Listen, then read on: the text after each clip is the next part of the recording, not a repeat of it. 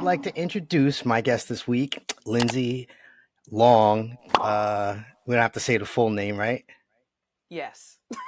Yeah, it's just Lindsay Long. And I just want to thank you for popping on. I got really excited about having a longer conversation with you because you are a speaker, retired law enforcement, and we're going to talk about all those things. So if you could just take a few minutes to introduce yourself to the audience. All right. First, I'd like to say thanks for having me on. I do appreciate it. I always enjoy doing different podcast interviews. And again, I'm Lindsay McCall Long. I am a 17-year veteran of law enforcement. I currently live in Arizona, and I retired from Tempe PD in Tempe, Arizona, which is where Arizona State University is. I started my career in Georgia at Gwinnett County Police Department. I was there for about 4.5 years, worked mostly patrol, did a little bit of undercover in narcotics and vice, but patrol was always where my heart was. And when I left there and transferred to the first department I worked for in Arizona, I was in patrol. And in '08, I moved to the desert. Some people were like, man, you left the humidity for the dry heat. And I worked at a small department called Paradise Valley. And I Okay. mean, when I say small, it was much smaller than Gwinnett. Gwinnett was probably like 650 people, and Paradise Valley was like 28, and that was top to Okay. bottom, you know? Um, but it was a nice, I call it, it was a nice segue department into being in a new state and a new environment. And then after about a year and a half, I transferred to Tempe PD, and that's where I did the rest of my time until my retirement.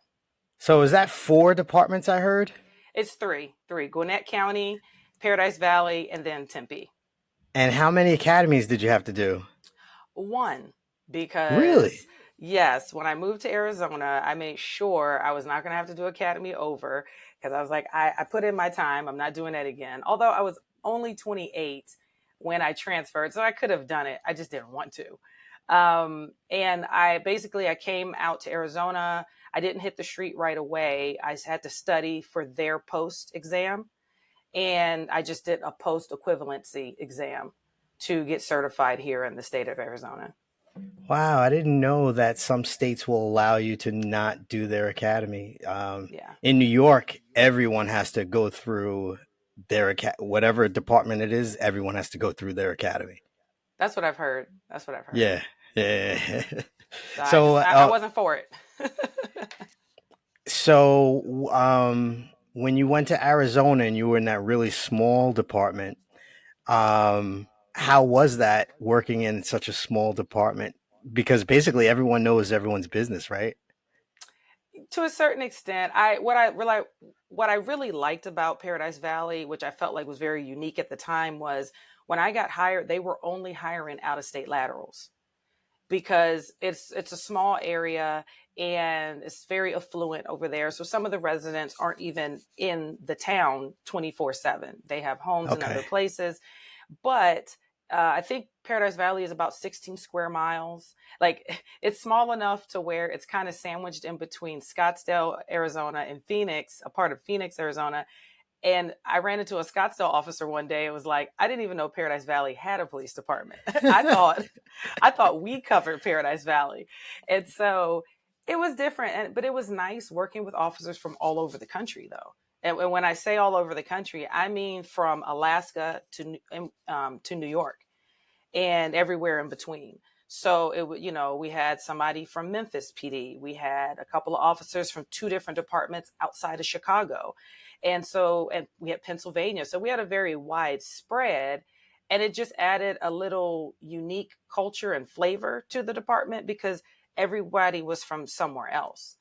I just Um, want to point out to anybody that's listening that's in a department that they don't like, they could move to Arizona or another state that has a lateral transfer. I know California also accepts lateral transfers. Some parts of Florida accepts lateral transfers. So mhm. if you're in a state like Chicago, let's say, or a city like Chicago, that's just happened to pop into mind, or New York City, and you want to get out of there, but you still want to continue policing. you might want to consider a lateral transfer. That's something that a lot of people don't consider. That's pretty True. cool. Well, I think we feel like we're married to our departments, and I definitely Yes. understand the loyalty aspect. I do understand that, and it was hard for me to leave Gwinnett. I just needed something different in my life at the time, and at the time there was nothing wrong with the department. The department didn't do anything to me. It was just I needed something different personally, and but at the same time, because we feel like we're married to that department, and sometimes people think they are more valuable than they really are at their department, almost like if they leave, like the whole thing's going to fall apart. And I was like, I know our departments love us to a certain extent, but we're a cog in the wheel. As soon as Yes. you leave, they'll put somebody else in that place. I mean, and that just happens everywhere. But if your agency isn't, if that's not the right fit for you, find somewhere that is. But at the same time, don't just go from department to department. And I know that sounds crazy coming from me because I was at three, but personally, I was looking for something different when I left Gwinnett County. Paradise Valley was a nice starter department for me, being new to the state, but it just wasn't busy enough for me. And then when I went to Tempe was somewhere in the middle. It wasn't as busy as Gwinnett, but it had a little bit of everything. And it definitely had enough to keep me busy and pique my interest as far as special units and different assignments and things that you can get into. So it's, I, I don't like to encourage people to leave their departments, but really think about why you're unhappy and why you may want to leave, because it could be you. And I mean, that's what I found. There was nothing wrong with Gwinnett County. It was me. I had to change my mindset because you can go to another department. You But can you leave a always bring you. relationship. You can and that's exactly what I tell people. You can get another relationship, you can go to another unit, but you take you with you. So if you're unhappy here, you're going to be unhappy there. So whatever is causing your unhappiness, you have to start working on that now, because once the newness of that new agency wears off, you're going to be right back to where you were. And what are you going to do? Go to a different agency? That's not how that works. At some point, you really have to do some self-reflection. So, in all of those units, what was your favorite? I know you said you really like patrol, but where was your favorite unit that you worked in? For me, it's patrol. Like I can't like I said, Vice and narcotics was interesting. Like it was, some of the work was exciting. I just didn't have the personality for it because I really like patrol. I really like engaging with people. I like we get to problem solve here and then we go on to something else. Um, Narcotics for me was too much like detectives, and I hate being attached to a desk, and I hated having a phone. And even when I was working at Tempe, I was on light duty after I came back off of maternity leave after I had my first child, because I had some complications after birth, and they put me down in property, and I thought I was going to die. And I'm like, I have a desk, I have an extension. This is a lot. I'm inside. Like, I love being outside. I need to feel the sun on my skin. I like going, from call to call. So patrol, to me, like, patrol is the heart of the whole department. It's the backbone of the department. And if anybody tries to act like there's something wrong with patrol, I don't like when people do that, when they kind of turn their nose at patrol, especially when they go to a special unit, because that's where you started. And some of the skills that you're now using in your current unit, specialty unit, you picked up in patrol. You hone that in patrol. And if nothing else goes away in the department, I mean, patrol will always be there. Sometimes we have to cut certain positions, or we have to cut back on certain units. Patrol will always be there, and all the things you do in those special units, you can essentially do from patrol if time and manpower allows it. So I would, it's the best thing going to me. I was in patrol for 17 years, and for half the time I was like working midnights, and then the other half of the time I was in the community unit. And Hmm. I really, really loved patrol, but I think I stayed in that community unit for a little too long. I tell everyone I stayed there for way too long. I should have Okay. left. I should have left a little sooner. My Once my sergeant got made lieutenant, and my partner left and got promoted to sergeant, And I looked around and I was like one of the last few people remaining in that unit. I was like, all right, I guess it's time for me to move on too. Yeah, when the energy's different, sometimes you can have a really good rhythm going, and once that energy changes, it's like, oh, okay, maybe it's time for me to go do something Yeah, else. teams change, bosses change, Hmm. and yeah, the whole dynamic changes. What is it that you speak about when you go on stages? So in 2018, my partner and I, we were involved in a shooting. We were serving an order of protection stemming from domestic violence. And when we went to make contact with the suspect slash boyfriend, he opened fire on us. My partner was shot once. I was shot 3 times. Oh my And God. I do talk about the shooting, but I also like to explore with myself and also with other people. I kind of want them to think about this, like, what was going on in your life prior to that critical incident? Rather it was a big event, or it was like a cumulative stress type of situation, whether it was at home or at work.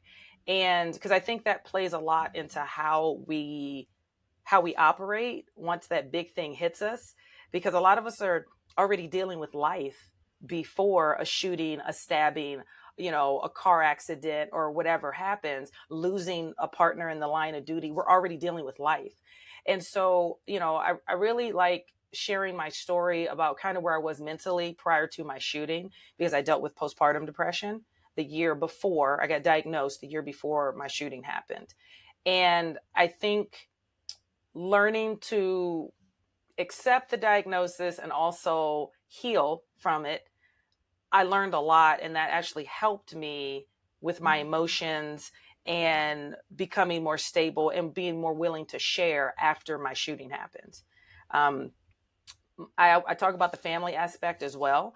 My husband is not in law enforcement; he's in retail, and we just talk about like how it changed our communication, how the postpartum diagnosis changed our communication, how we became more in tune with each other. So it helped him to really be able to keep an eye on me once the shooting happened and I started going through, the panic attacks and the depression and the just overall anxiety. And we have young kids. When my shooting happened, my daughter was 22 months and my son was 4. Talking Wow. about the kids, because I don't think we give kids enough credit when it comes to what we're going through. We tend to shut them out of our suffering at times. We'll share all the happy stuff with them, but when we're really going through it, I don't think we are, as parents, sometimes we don't show our kids the right emotions sometimes, because our kids mimic what we do.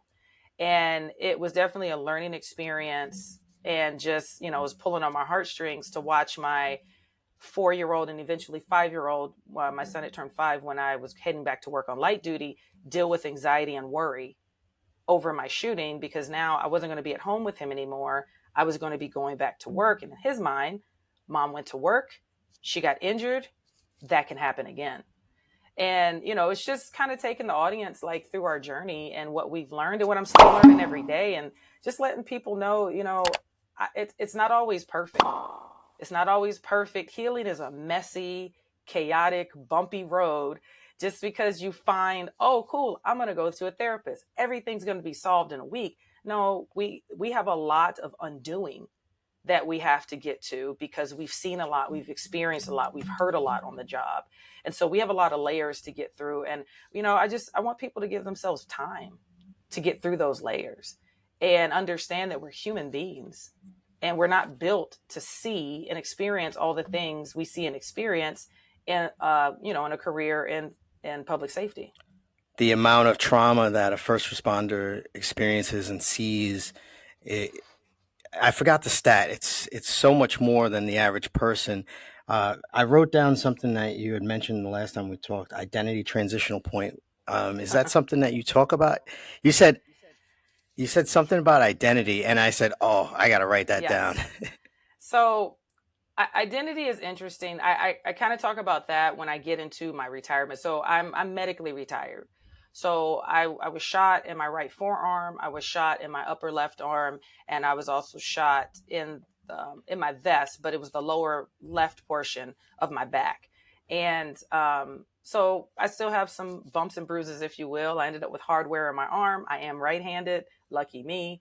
I often joke, life gets serious when you can't wipe your butt properly, because you know, I lost muscle in my hand, so my hand doesn't bend the way it used to, or you're in a cast, and things get interesting. You learn a lot about yourself when you're injured. Um, but retirement, I think, is an interesting thing, and I don't think it's something we take seriously enough when we talk about the transitional piece and the identity. Even with a straight retirement, even when all right, this is my date, I'm on the countdown.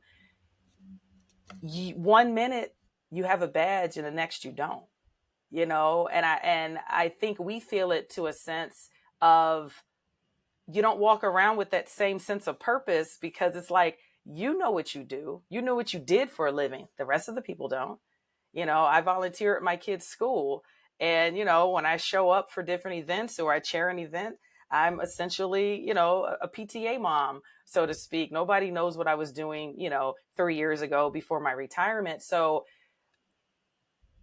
I often took the word identity as a bad thing, meaning I was one of those people who never put the job down. I wore the job 24/7. When I was off of work, you knew. But when I think back on my career, a lot of times when I finally told them I was a police officer, not something I was hiding, it's just not something that comes up right away. Wow, I never would have guessed that. You don't look like a police officer. You don't look like a cop.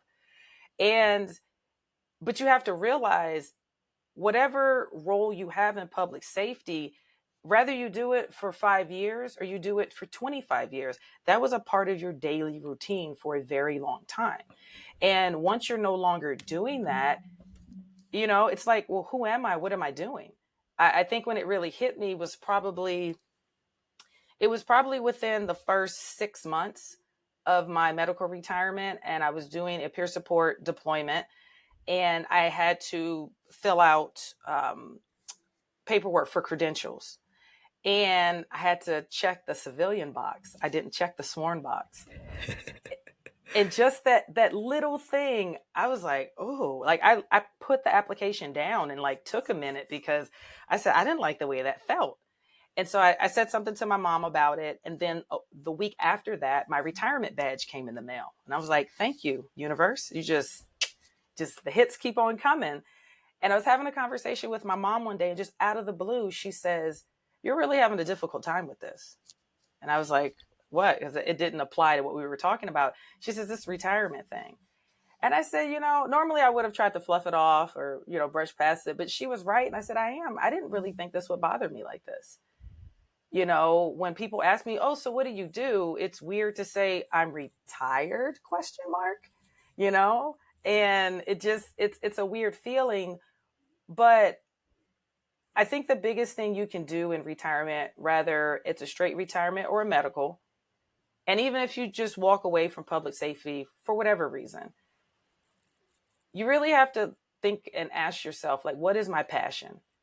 What is something I really enjoyed about the job that now I can now do outside of the uniform? Because I think that was my biggest hang up, is feeling like the only way I could help people the way I was helping was in a uniform.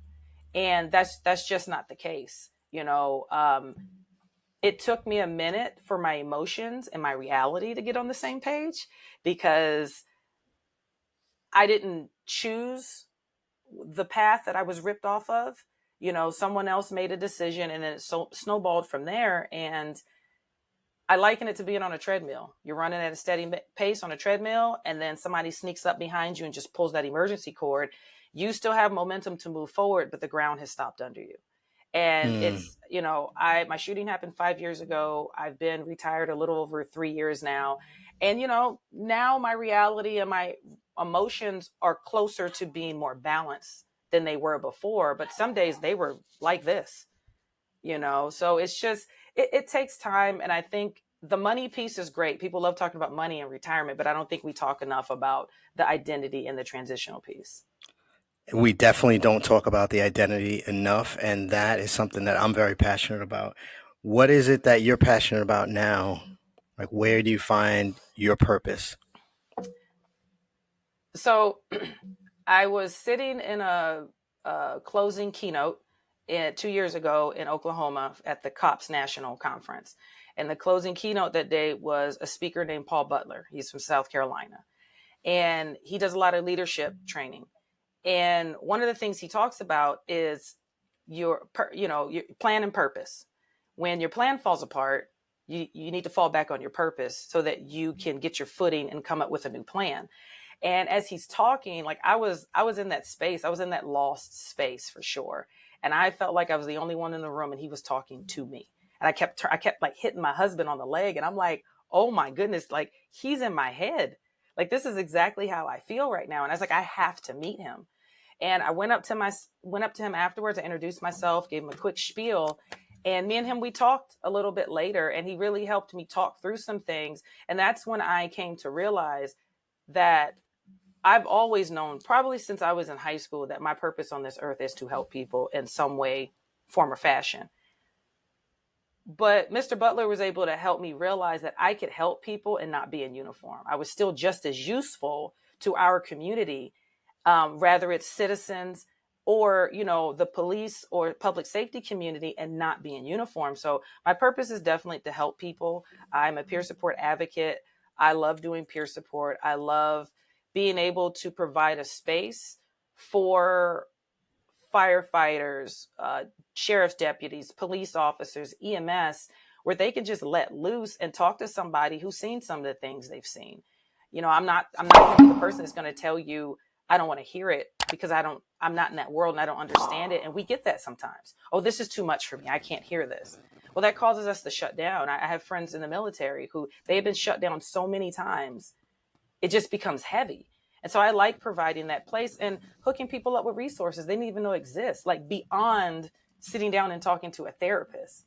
There's all these different mental health facilities that we have that do outpatient and inpatient treatments, the cold plunging, EMDR, all of these different things that can help us get back to a happier life, keep our marriages together, keep our health together. There's a lot of resources we just don't know about. And I love being able to share that with people. How often do you speak now? Probably about once a month right now. About Oh, once a that's month. good. Yeah, that's Yeah. really good. Yeah.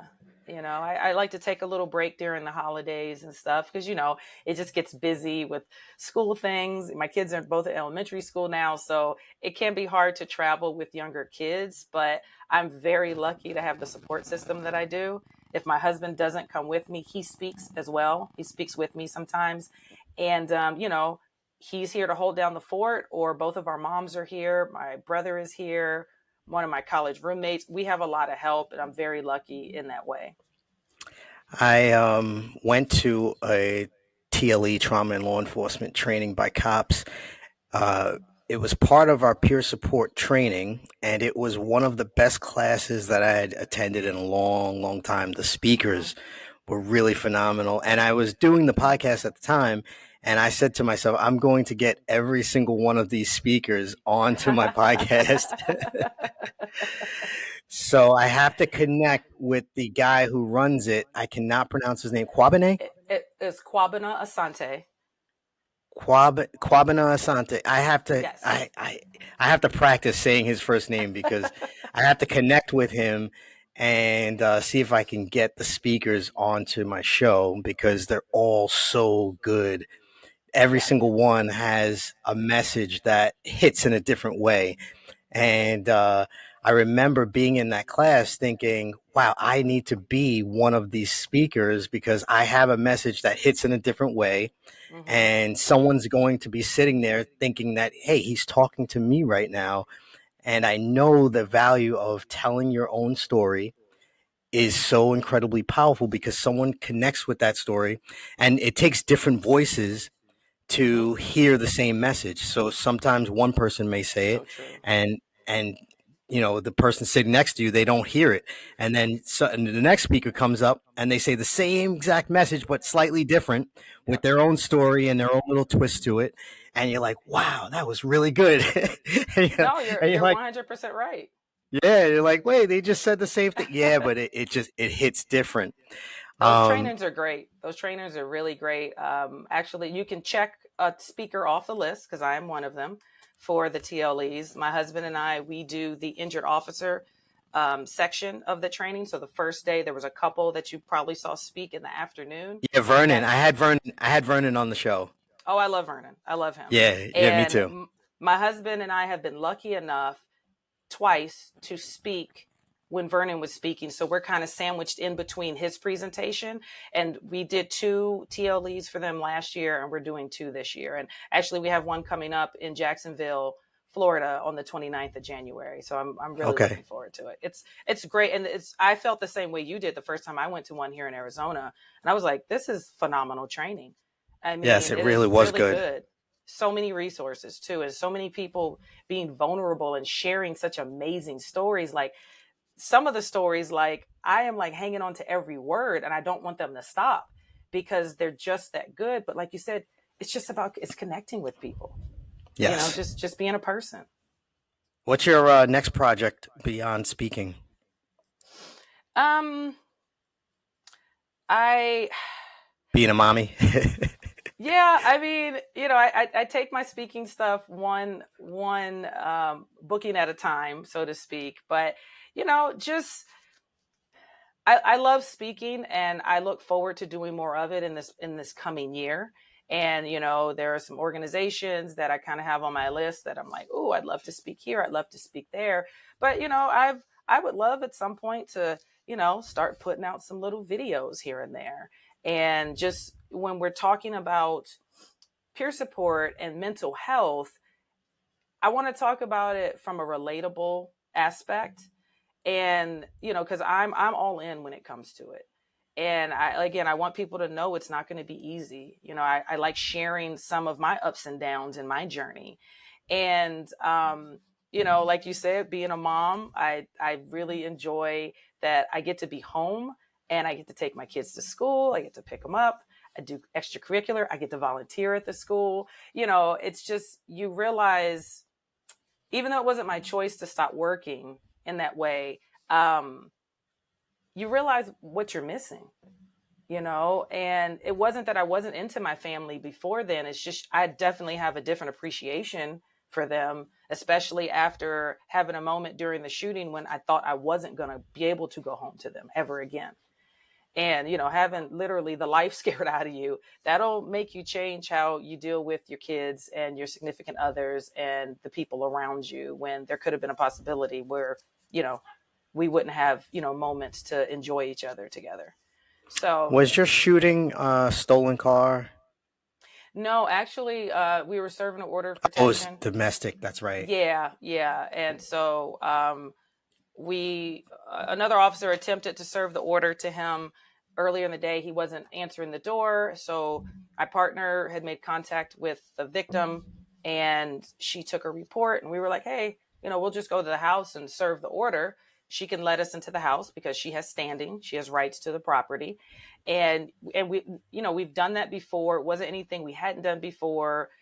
But I always remind people that your decision making is only as good as the information you have. And afterwards, we found out a lot more about the gentleman. And I was like, well, it would be nice to have that information before. But, I learned that states don't share information as readily and as easily as they should Yep. sometimes. Yep. Yep. And, also when somebody fills out an application for order of protection, again, it's the information we're getting. So we're relying on the plaintiff or the victim to give us information about this person because we don't know this person. We need to know everything. Don't lie, but we need to know everything. But, we walked in the house, she let us in the house, and we made verbal contact with him. And my partner said something to the effect of, him taking his hands out of his pockets. And he came out of his right pocket with a 6-shot revolver and started firing. And up until that point, Wow. there was no negative body language. He never said anything to us. But when he got within that, I'd say 12 to 15 feet, if my memory serves me correct, and he just came right out of his pocket and started firing. And my partner got hit first. She got hit in her left arm. And then I got hit in my right arm as I was stepping to the side to draw. And then I turned to run out of the door because he's coming straight at me. And I just didn't have enough space to really hunker down to brace myself for a hit or anything. And my right hand was out of commission. And that's when I get hit in my upper right arm. And he tried to fire back at my partner, and that bullet went in the door jamb. My partner was able to return fire. She shot one time and she was able to hit him, and she hit him Wow. in like his upper torso area, but he was able to get another shot off on me, and that was the third shot to my back. And because it was over my kidney, it caused me to fall. So my legs went, and luckily he ran in the opposite direction because I my gun had fallen, and Yeah, I'm thank dating. God he wasn't thinking thank God he wasn't thinking murder. Yeah, He was thinking escape. yeah, and he had one more bullet left in that revolver, and he hopped over in somebody's backyard, and he used that last bullet to take his life. So Wow. yeah, Wow. yeah, it was just an interesting Monday at work, shall I say? Oh my God. Yeah, yeah. I remember going to arrest a sex offender, and I think he knew I was coming, and I told the officers in uniform, I'm like, hey, he doesn't have much of a record, and these guys never run. And as soon as we pulled up, he took off running. Mm-hmm. Yeah. That one didn't end in a shooting, thank God. But these things could go bad at any moment. Yeah, and how sometimes you'll watch like even if it's a crime show and they're showing videos from traffic stops or anything like that, and they say it was a routine traffic stop, and it's like, well, it's never routine because yes, we may go on similar calls throughout the day, like call types, but the call itself is not the same. How many times have you gone to check an alarm and nobody was there, and then you check one and either somebody's coming out at you, or like one time when back in Georgia, me and my zone partner at the time, we had a guy staring at us from one of the side panel windows at a house. We walked, we were kind of surveying and seeing what's going on. And he looks at me because I was standing behind him, and he says, do you have your flashlight out? And I said, no, my flashlight's literally on your back. He's like, whose flashlight is that? And then, so you don't ever want to get complacent on things. And Yep. even though it was an order of protection service, yes, we've done them, but those can be dangerous because somebody's essentially being put out of their home. You can be losing access to children and items and things like that. So you just don't know where that's going to take somebody. So you always have to be careful. So you've worked as a sheriff and as a cop? No, just a cop. So Gwinnett County, we had both. There's a sheriff's office there, and there's PD. Because And over here in New York, the sheriffs are the only ones that serve orders of protection. in Georgia, that's what some of our deputies would do, and they also went. They would, you know, um, go out on the warrants and stuff like that. When they had like some misdemeanor warrants and things, Hmm. they would go do that. So, and then you learn, as you travel and you talk to other people in other regions of the country, you learn how differently things are done. Back at Gwinnett, we had a crime scene unit that came out for everything. And then when I get to Tempe, well, first Paradise Valley, then Tempe, they're like, oh, here's your fingerprinting kit or your yeah. And I was like, for what? We don't have people who do that. And they're like, no, you do it yourself. And I was like, oh, I'm spoiled. I didn't realize that we had a DUI unit. What do you mean uh, I have to do this DUI? That's crazy. So you learn, we had take cars in Gwinnett County also, and it's just, you learn that, the rest of the country doesn't do it the same. No different than medical retirements. I didn't know that medical retirements weren't common across the nation. Nope. And so it sucks to get shot, I always say, but I'm very glad it happened here in Arizona because I was able to, retire with a medical retirement, and I collect a pension. Other states, I just would have been unemployed. Yeah, yeah. Some states really do their cops really dirty. I got about 4 more minutes, so I have Okay. 5 last questions for you. Gotcha. Um, what's your definition of a hero? Somebody who doesn't take themselves too seriously and is there to help others for the right purpose, not because they want people to bow down at their feet and think they're the greatest person ever. Just they're there to help, and they're going to be really humble about it. I know that most public servants don't like the term hero, but it is something that society calls us and them, I should say. Um, when stress is at its highest and you're starting to feel like you need to save yourself, how do you save yourself nowadays? How do you show yourself love? Actually, before we got on here, I was sitting out in my backyard, just letting the sun just shower over me, Nice. just kind of just relaxing. I had on some relaxing music. I just sat there quietly and just watched my dogs play as I listened to some soothing music and just feel the sun on my skin. Sometimes I'll go for a walk, and I don't think we give ourselves enough time just to be quiet and just be with Yes. ourselves because life can get hectic. I love my kids and I know they want to be with me 24/7, but sometimes I need a break and I don't have a problem with telling them that. I'm like, "Hey, just give me a minute and I cuz I want to come back and be the best mom I can be for you, but I can't right now if I'm feeling overwhelmed." I know you have a lot going on with raising young kids. Would you ever consider doing an online coaching program, like you being the coach and starting That's something like that? that's something I've thought about. It's been brought up to me a couple times in the past. I feel that I'm still trying to figure out what I'm doing. It's almost like a parent, like you become a new parent, and then you find yourself giving advice to another new parent, and it's like, what, you just started doing this, so that is something I would definitely venture out into in the future. What's your greatest power, your best strength, your best ability right now? According to my husband, it is my ability to make people feel comfortable. My husband is a bit of an introvert, so I'm very grateful and I love him to death that he comes and speaks with me sometimes. That's not necessarily his comfort zone, but he says, I like watching people engage with you.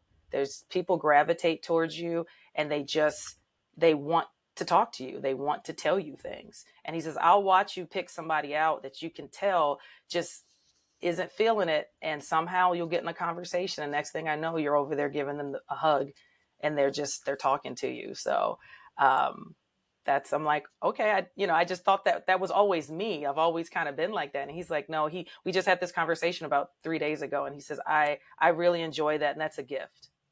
That is a gift. And you led me to a question that's like a little bit off script from my last one.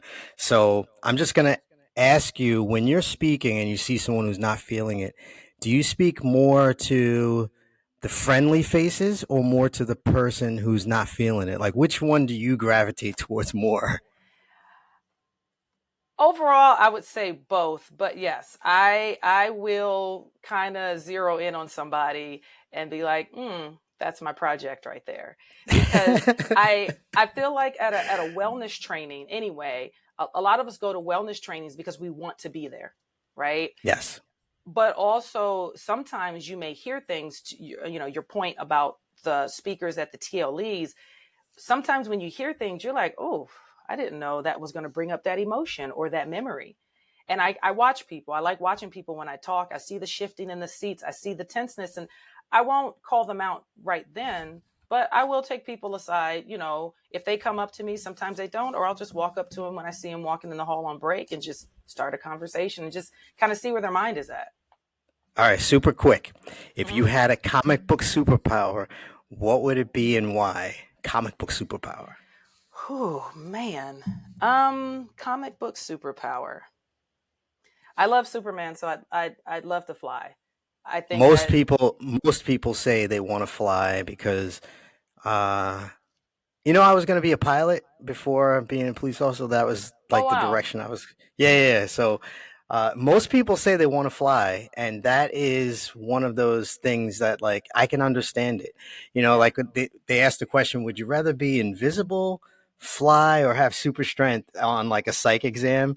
Yeah. And I think a lot of us would want to be able to fly because it's part of our nature Hmm. to want to be take off fast and just be able to help more people that way. And you can I really Go kind of ahead. chill. You can kind of chill. You can be above the clouds. Yes. Like when my husband rides his motorcycle. You just kind Yes. of let your brain fly free. So I think of it as a stress reliever too. Yes. I want to thank you so much for hopping on. I'm sorry that I ran out of time today, That's but fine. we will do it again. We'll do an update maybe 6 months or 12 months down the line and see where you're at with your career. I love that you're speaking to law enforcement and you're part of peer support. That's a cause that's near and dear to my heart. And I want to just cheer you on and give you your roses right now while you're still alive. Thank you so much, Lindsay. And we will talk soon. Thank you. Have a good one. You too. Bye.